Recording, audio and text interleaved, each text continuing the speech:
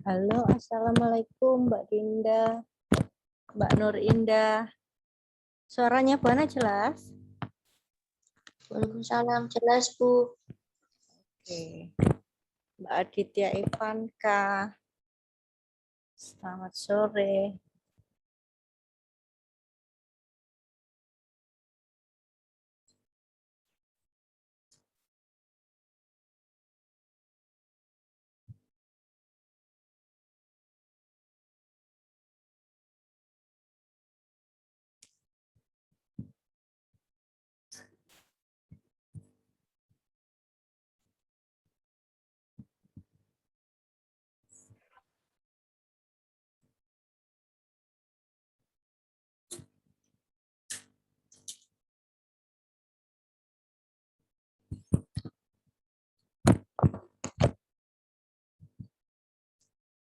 Sudah terlihat share screen-nya?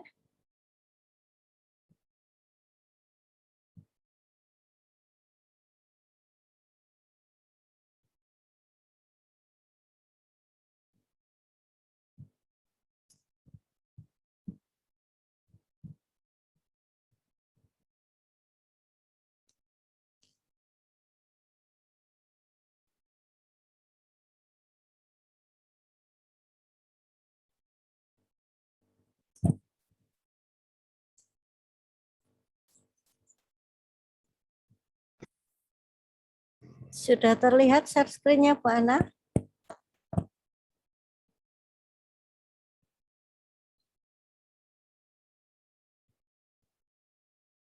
Partisipannya masih 6.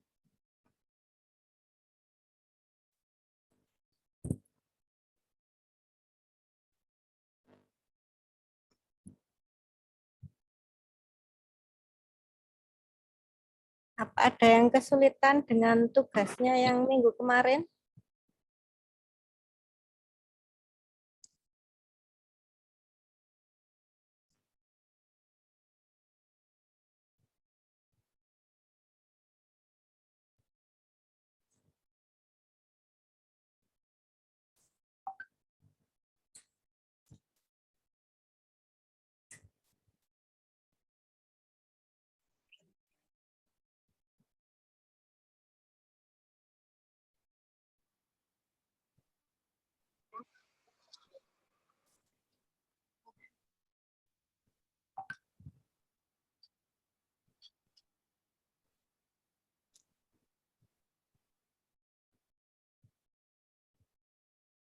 Oke, Bu Ana mulai aja.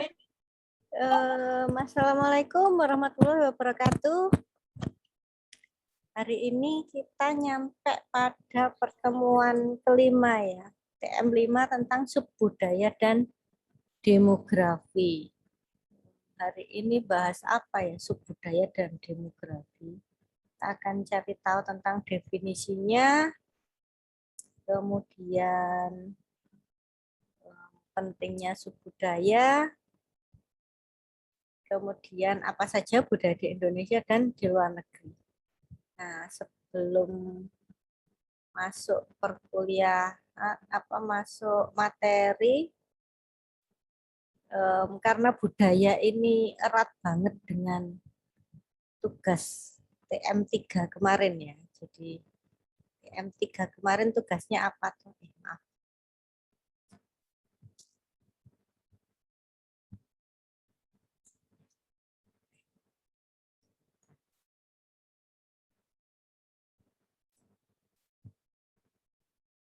Tugasnya tentang segmentasi pasar ya. Jadi dalam segmentasi pasar itu ada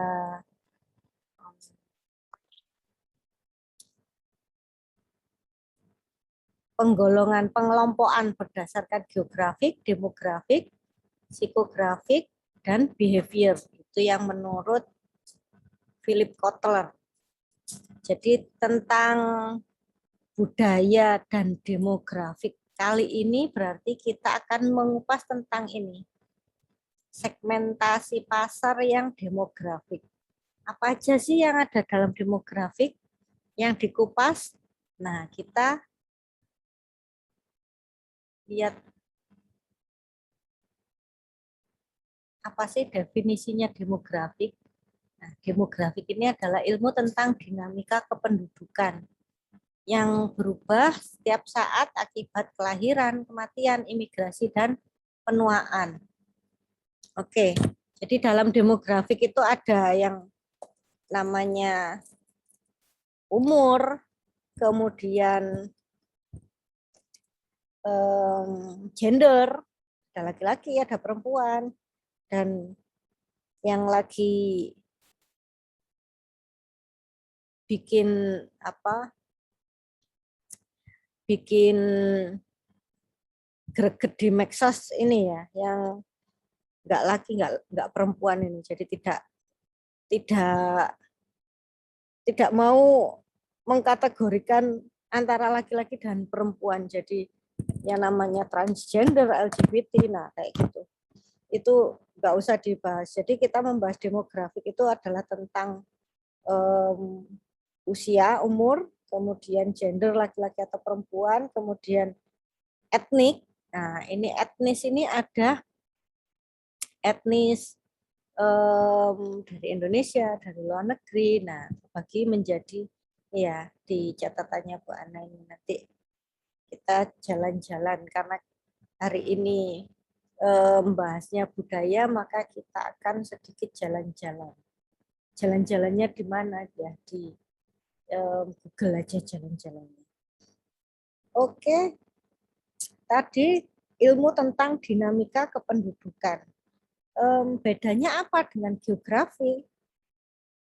Ada demografik, ada geografik. Jadi kalau geografik itu tentang lokasi, bisa sebuah kota, bisa sebuah negara. Nah, kalau tentang demografik itu lebih kepada dinamika kependudukannya. Jadi budayanya apa, kemudian dari etnis apa, karena tiap-tiap etnis ini pasti membawa budaya sendiri-sendiri. Seperti misalkan di Indonesia ada budaya Jawa, budaya Sunda, Batak, kemudian Betawi, Aceh. Nah, Bu Ana mau cerita sedikit tentang suku Jawa. Jadi kalau kita ke Wikipedia tentang suku Jawa, ini kita diajak kepada bentuk sejarah. Jadi di dalam budaya Jawa itu ada sejarah ini kerajaan-kerajaan, kerajaan-kerajaan, sejarah, kemudian budaya dari tiap kerajaan ini dipengaruhi oleh apa? Ada yang dipengaruhi oleh budaya Hindu, ada budaya Buddha, kemudian terakhir masuk itu baru budaya Islam. Kemudian bagaimana tradisinya, bagaimana percampuran antara budaya-budaya sebelumnya itu membentuk suatu budaya baru. Nah, kemudian juga bentuk-bentuk kesenian. Jadi di sini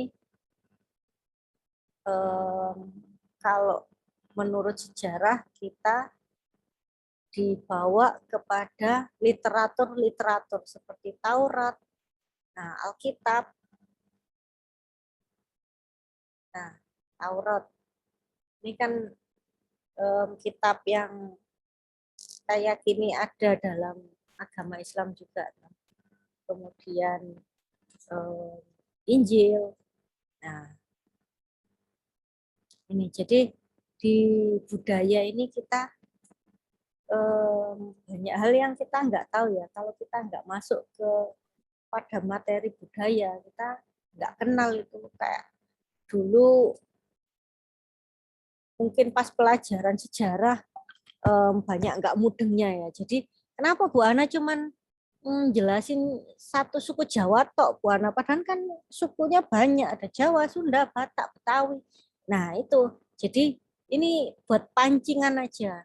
Kalau kalian mau paham sesuatu, kalian harus jalan-jalan sendiri, harus browsing sendiri.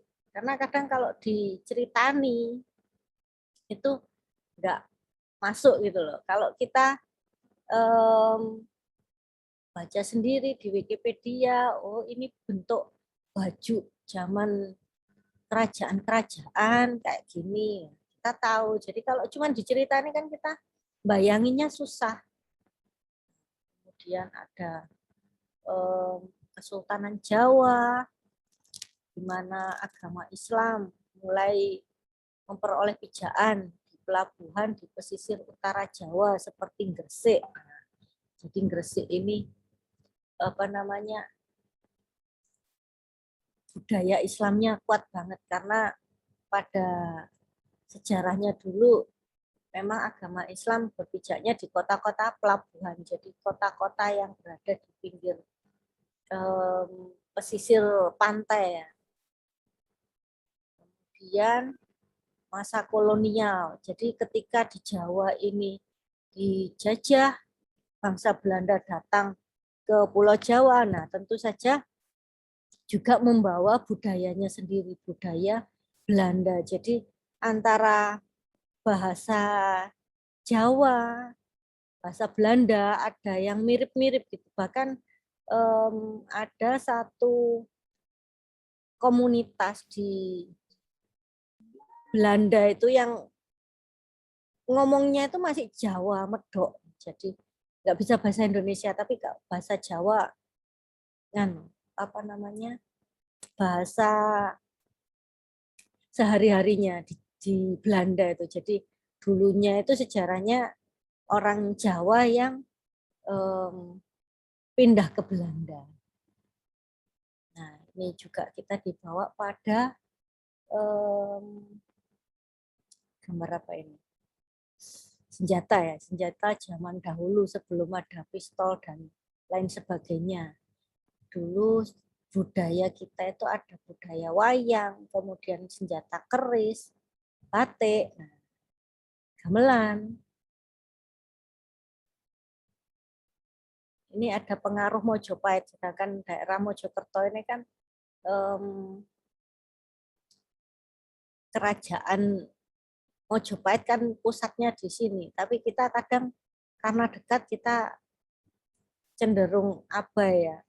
Tahu kita kalau di Trowulan itu ada museum, ada macam-macam, ada candi-candi, tapi kita nggak ngulik tentang sejarahnya. Sejarahnya candi ini dibangun tahun berapa, kayak gitu nggak pernah apa ya, nggak pernah kepo gitu ya. Mungkin ya karena mungkin bukan hobi, nggak tertarik gitu. Kemudian profesi di tanah Jawa ini kebanyakan petani, ada pedagang, pelaut. Pelaut karena profesinya pelaut, maka sekitaran pantai itu kayak di Gresik, nah itu pembuat kapal. Jadi kapal-kapal zaman dahulu itu sudah teknologinya sudah mumpuni ya. Kalau sekarang memang teknologinya terbaru, tapi zaman dahulu itu orang membuat kapal itu sudah sesuatu yang apa ya, sesuatu yang patut dibanggakan. Nah, kita dibawa pada ukiran kayu, patung-patung, nah, kemudian tokoh-tokohnya siapa saja. Oke, itu tadi tentang sedikit etnis di Jawa. Kemudian Bu Ana mau mengupas sedikit tentang ini. Secara demografik, umur dibagi menjadi beberapa generasi ya. Ada generasi baby boomers. Coba ke sini lagi. Nah, umur ada generasi baby boomers, milenial, Gen X, Gen Y, dan Gen Z. Nah, coba kita buka Gen X. Gen X ini adalah kelahiran 70 sampai 80. Bu Ana ini berarti masuk kelahiran 80 Gen X berarti, generasi X. Jadi di atasnya Bu Ana yang umuran 50 itu berarti baby boomers yang sekarang banyak apa namanya memegang pimpinan, memegang kekuasaan. Nah, generasi baby boomers.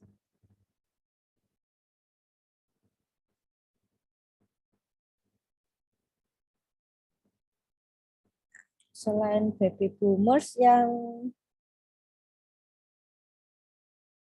lain ada Gen X dan Gen Y. Gen Y itu umur 7 tahun sampai 16 tahun. Jadi kalau usia sekolah SD sekarang ini berarti generasi Y. Nah, kalau dalam perilaku konsumen itu generasi Y itu sangat-sangat dipengaruhi oleh yang namanya medsos.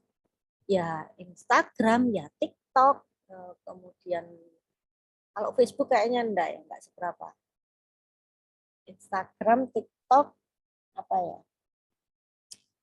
Medsos yang lagi viral itu. Kedua itu ya. Kemudian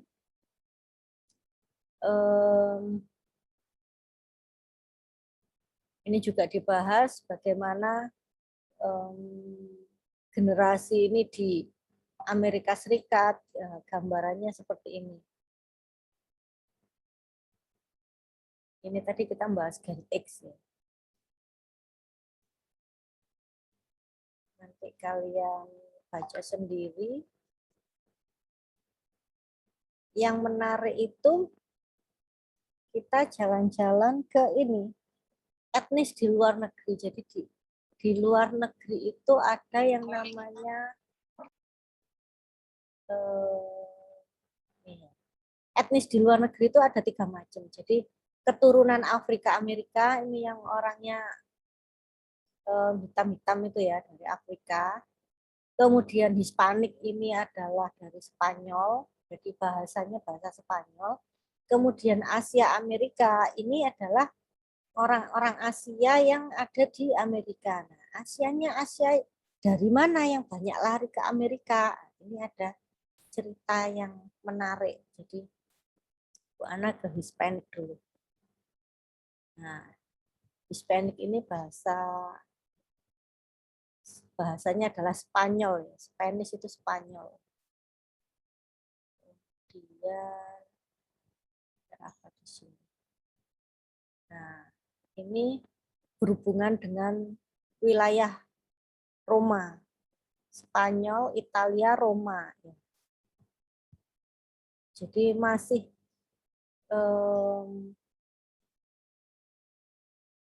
sebagian ada yang di Amerika ya. Jadi keturunan Spanyol yang masuk ke Amerika. Jadi bukan di Eropa, tetapi dia tinggal di Amerika.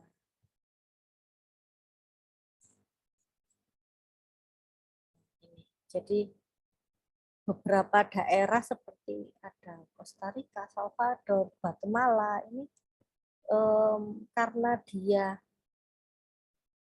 orang Spanyol yang negara bagian Amerika, tetapi di sini banyak terjadi ini apa namanya budayanya banyak terjadi kekerasan karena apa perdagangan obat terlarang, kemudian perdagangan senjata ilegal. Nah, jadi kalau misalkan kalian yang suka hobi traveling gitu ya, dilihat dulu kalau mau ke luar negeri, nah negara yang mau dituju itu aman enggak, kemudian bagaimana kondisi lingkungan di sana, apakah orangnya friendly atau enggak. Kalau orang luar negeri ke Indonesia pasti mereka bilangnya orang Indonesia itu friendly. Kalau di luar negeri kita nggak kenal ngajak omong, kita pasti dianggap apa namanya dianggap nggak sopan atau apa ya. Tapi kalau orang luar negeri di sini kemudian disapa sama orang Indonesia, ya mereka kaget. Cuman lambat laun mereka terbiasa akhirnya menganggap oh bangsa Indonesia ini bangsa yang ramah, nah kayak gitu. Kemudian tadi ada Hispanik ya, terus ada yang Asia ini. Kenapa di Amerika saat ini ada rasisme? terhadap keturunan Asia Americana. Ini hubungannya pandemik ini di Amerika itu menganggap orang Asia ini sebagai penyebar virus. Asianya yang mana? Yang jelas bukan Indonesia ya. Yang dimaksudkan di sini adalah Cina karena awalnya virus itu kan penyebarannya dari Wuhan. Nah, ini banyak yang demo terkait menolak ASEAN Amerika. Jadi keturunan Asia yang tinggal di Amerika yang menikah dengan orang Amerika. Nah, ini banyak mengalami tekanan ya di sana. Sama kayak dulu waktu ini baru ada bom WTC itu ya. Itu juga begitu. Jadi orang-orang Asia yang kulitnya agak hitam pasti dicurigai sebagai teroris. Ini cerita tentang Asia Cina. Bagaimana dengan Asia Korea Utara? Nggak banyak yang tahu kalau di Korea Utara itu sangat bertolak belakang dengan Korea Selatan. Jadi kita tahunya kan drama Korea itu yang romantis-romantis ya kan, yang kehidupan yang didambakan ya. Yang cewek-cewek ini pasti banyak yang ini klepek-klepek kalau lihat drama Korea ya kan. Nah, padahal Korea Utara dengan Korea Selatan itu sebelahan, tetapi kehidupan mereka itu, budaya mereka itu sangat bertolak belakang. Jadi di Korea Selatan itu kita tahunya glamor, semua orang menjadi idola di seluruh dunia. Nah, bagaimana dengan Korea Utara? Kenapa banyak pembelot? Maksudnya pembelot di Korea Utara ini apa sih? Jadi orang Korea Utara yang mereka lari dari negaranya. Bu, kenapa kok orang Korea Utara itu kok lari dari negaranya? Karena di Korea Utara itu mereka menganut sistem sosialis. Jadi mereka kerja, mereka dibayar sesuai dengan apa yang dikatakan pemerintah Korea Utara. Jadi kalau misalkan apa ya, ada orang kerja, enggak kerja, semuanya dikasih makan. Tetapi kalau kita bayangkan enak ya di sana kerja enggak kerja dikasih makan.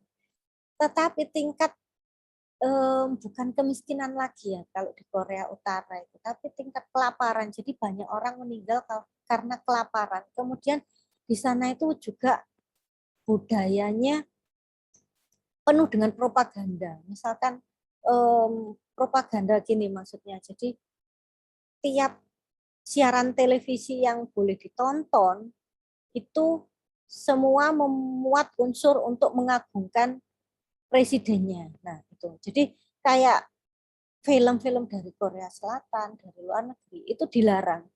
Bahkan yang ketahuan nonton secara sembunyi-sembunyi, mereka akan dihukum di tengah lapangan, disaksikan warga yang lainnya. Jadi begitu kejamnya Korea Utara itu, sampai ceritanya banyak di YouTube ini tentang defektor, namanya defektor itu orang yang lari keluar dari Korea Utara. Jadi di sana itu digambarkan banyak orang meninggal di jalan-jalan itu karena kelaparan. Jadi kalau mereka melihat negara tetangganya, jadi Korea Utara itu dipisahkan oleh sungai. Jadi tetangga sebelahnya itu negara Cina. Nah, di Cina itu kenapa kok kelap-kelip, lampunya nyala terang, sedangkan di Korea Utara itu kalau malam itu sangat gelap gulita. Jadi Korea Utara itu mau terang atau tidak itu tergantung presidennya. Wong namanya nasi aja itu kayak gini, kalian dikasih makan nasi itu cuman sebulan satu kali kalau pas ulang tahun saja. Dan itu pun harganya mahal. Kemudian dengan asumsi saudara yang lain itu enggak bisa makan. Jadi nasi itu kayak barang mewah kalau di Korea Utara itu. Jadi hanya orang-orang yang kayak misalkan orang luar negeri yang di sana, yang diperbolehkan tinggal di sana, itu kehidupannya memang enak. Jadi kayak dianggap tamu VVIP gitu ya. Ada orang Indonesia yang tinggal di sana itu bawa serta anak dan istrinya itu ya pendidikannya terjamin.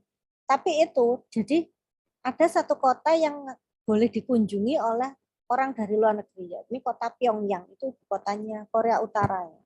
Dan kalau mau keluar kota, keluar dari kota Pyongyang, itu harus ada surat izinnya. Jadi kalian nggak bisa seenaknya datang ke Korea Utara, terus ada di Pyongyang, kemudian jalan-jalan kemana-mana, nggak bisa. Kalian nggak bisa kayak gitu. Kalian bisa dihukum, bahkan bisa dihukum mati ya. Kemudian ada jam malamnya juga. Ini khusus berlaku untuk semua, baik warga Korea Utara dan warga luar dari Korea Utara yang tinggal di situ. Jadi tidak boleh memasuki tempat-tempat tertentu yang dilarang. Kemudian juga foto-foto kalian nggak boleh. Jadi segitu ketatnya Korea Utara dan banyak yang datang ke Cina. Mereka nyebrang sungai pada waktu musim dingin di mana sungainya itu membeku dengan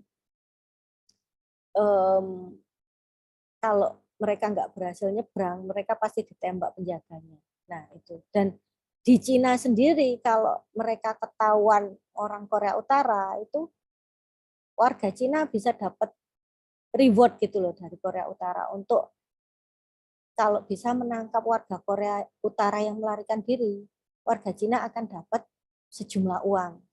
Makanya itu di Cina di mana-mana, di tiap sudut jalan itu ada kamera pengintai. Makanya kalau ada orang Korea Utara yang melarikan diri, mereka pasti melewat ini, apa namanya, hutan-hutan. Jadi Bu Ana, kenapa kok ngerti ceritanya Korea Utara? Itu semester kemarin secara nggak sengaja pas ngajar artificial intelligence. Jadi teknologi buatan. Nah, di situ biasanya kan browsing di YouTube ya. Tuh kok keluar ini apa negara Korea Utara. Oh, ternyata Korea Utara itu bersebelahan dengan Cina. Jadi sedemikian majunya Cina itu nggak didapatkan sama sekali di negara Korea Utara. Bahkan kayak pernah ditunjukin kayak video tentang warga Korea Utara yang kayak menghadap komputer gitu ya. Tapi mereka itu nggak ngapa-ngapain. Bener ada Google di layarnya, tapi kayak mereka itu nggak tahu harus diapain layarnya. Kalau di Google itu bisa ngapain aja. Itu kayak mereka nggak tahu. Jadi kayak pencitraan gitu. Oke, sampai di sini kira-kira itu aja yang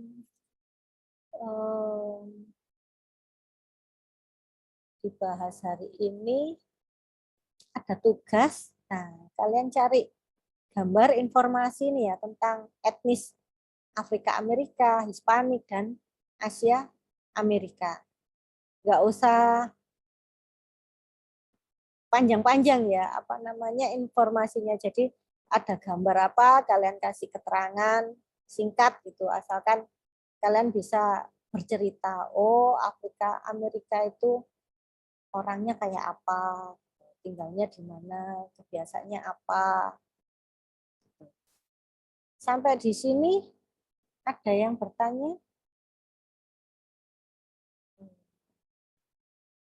Tak jepret layar dulu ya.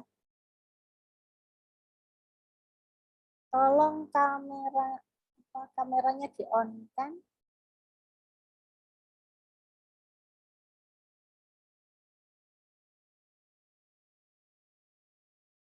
Tunggu. Nggak Dinda, kameranya di-on-kan.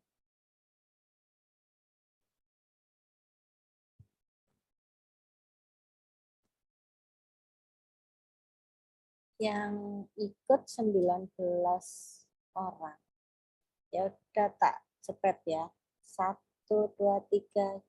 Cheese.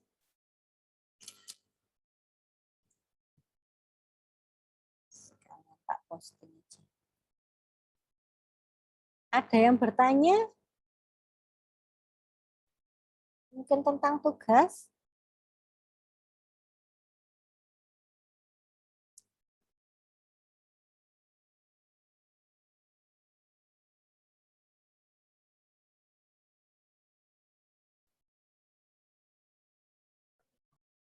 Kalau sudah, Bu Ana akhiri sampai di sini.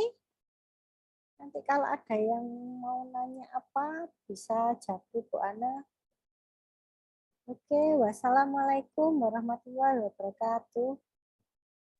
Waalaikumsalam. Waalaikumsalam warahmatullahi wabarakatuh. Waalaikumsalam warahmatullahi wabarakatuh.